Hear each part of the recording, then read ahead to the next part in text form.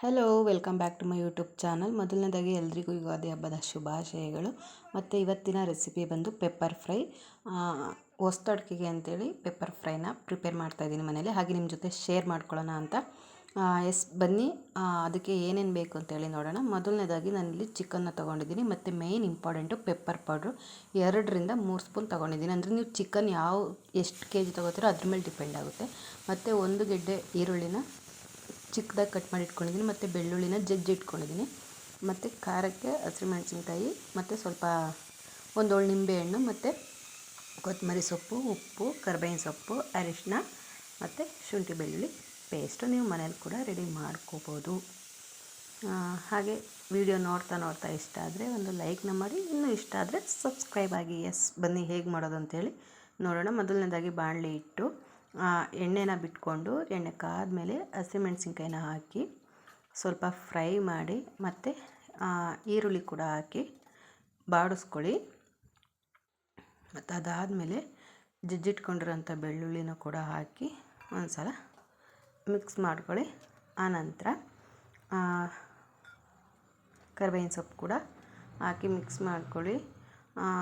ಇದನ್ನು ಅಡುಗೆ ಮಾಡೋಕ್ಕೆ ಬರೋದಿಲ್ಲ, ನಾನ್ ವೆಜ್ ರೆಸಿಪಿ ಮಾಡೋಕ್ಕೆ ಬರೋಲ್ಲ ಅನ್ನೋರು ಕೂಡ ಈ ಪೆಪ್ಪರ್ ಫ್ರೈನ ರೆಡಿ ಮಾಡ್ಬೋದು ಈಸಿಯಾಗಿ. ಮತ್ತು ಶುಂಠಿ ಬೆಳ್ಳುಳ್ಳಿ ಪೇಸ್ಟ್ ಹಾಕಿ ಫ್ರೈ ಮಾಡ್ಕೊಳ್ಳಿ. ಹಸಿ ಸ್ಮೆಲ್ ಹೋಗಬೇಕು. ಮತ್ತು ಪೆಪ್ಪರ್ ಪೌಡ್ರನ್ನ ಹಾಕಿ, ಪೆಪ್ಪರ್ ಪೌಡ್ರನ್ನ ಜಾಸ್ತಿನೂ ಹಾಕ್ಬಾರ್ದು, ಕಡಿಮೆನೂ ಹಾಕ್ಬಾರ್ದು. ತುಂಬ ಜಾಸ್ತಿ ಆಗಿಬಿಟ್ರೆ ಅದು ಹೊಟ್ಟೆ ಎಲ್ಲ ಉರಿ ಥರ ಅನಿಸ್ಬಿಡುತ್ತೆ. ಸೊ ಅದಕ್ಕೆ ನೋಡಿ ಹಾಕ್ಕೊಳ್ಳಿ. ಮತ್ತು ಚಿಕನ್ನ ಹಾಕಿ ಒಂದು ಸಲ ಚೆನ್ನಾಗಿ ಮಿಕ್ಸ್ ಮಾಡ್ಕೊಳ್ಳಿ. ಈ ಒಂದು ರೆಸಿಪಿನ ಬ್ಯಾಚುಲರ್ಸ್ ಕೂಡ ಬೇಗನೆ ಕಡಿಮೆ ಟೈಮಲ್ಲಿ ಪ್ರಿಪೇರ್ ಕೂಡ ಮಾಡ್ಬೋದು. ನೀವು ಒಂದು ಸಲ ಟ್ರೈ ಮಾಡಿ. ಮತ್ತು ಸ್ವಲ್ಪ ಉಪ್ಪನ್ನು ಹಾಕಿ, ಉಪ್ಪನ್ನು ಕಡಿಮೆನೇ ಹಾಕ್ಕೊಳ್ಳಿ, ಮತ್ತೆ ನೋಡಿ ಹಾಕ್ಕೋಬೋದು ಅಲ್ವಾ. ಸೊ ಹಂಗಾಗಿ ಸ್ವಲ್ಪನೇ ಹಾಕ್ಕೊಳ್ಳಿ. ಉಪ್ಪನ್ನು ಹಾಕಿದ್ಮೇಲೆ ಒಂದು ಸಲ ಮಿಕ್ಸ್ ಮಾಡ್ಕೊಳ್ಳಿ. ಸ್ವಲ್ಪ ನೀರನ್ನು ಹಾಕ್ಕೋಬೇಕು.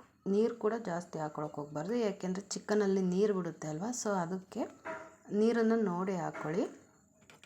ಮತ್ತು ಒಂದು ಪ್ಲೇಟ್ ಏನಾದರೂ ಮುಚ್ಚಿ ಅದನ್ನು ಫುಲ್ ಕಂಪ್ಲೀಟಾಗಿ ನೀರೆಲ್ಲ ಡ್ರೈ ಆಗಬೇಕು. ಅಲ್ಲಿವರೆಗೂ ನೀವು ಫ್ರೈ ಮಾಡ್ಕೋಬೇಕು. ಮಧ್ಯ ನೀವು ಕೈ ಆಡಿಸ್ತಾ ಇರಬೇಕು.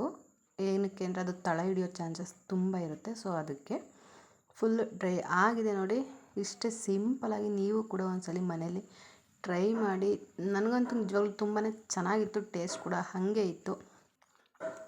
ಕೊನೆಯದಾಗಿ ಒಂದು ನಿಂಬೆಹಣ್ಣನ್ನು ಸೇರಿಸ್ಕೊಳ್ಳಿ.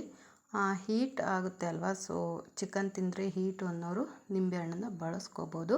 ಮತ್ತು ಕೊನೆಯಲ್ಲಿ ಕೊತ್ತಂಬರಿ ಸೊಪ್ಪು ಹಾಕಿದ್ರೆ ನಮ್ಮ ಪೆಪ್ಪರ್ ಫ್ರೈ ಫಟಾಫಟ್ ಅಂತ ರೆಡಿ ಆಗುತ್ತೆ. ಇಷ್ಟೇ.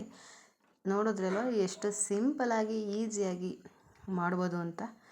ಮನೇಲಿ ಒಂದು ಸಲ ಟ್ರೈ ಮಾಡಿ. ಈ ವಿಡಿಯೋ ಇಷ್ಟ ಆದರೆ ಒಂದು ಲೈಕ್ನ ಮಾಡಿ, ಇನ್ನೂ ಜಾಸ್ತಿ ಇಷ್ಟ ಆದರೆ ಸಬ್ಸ್ಕ್ರೈಬ್ ಆಗೋದನ್ನು ಕೂಡ ಮರಿಬೇಡಿ.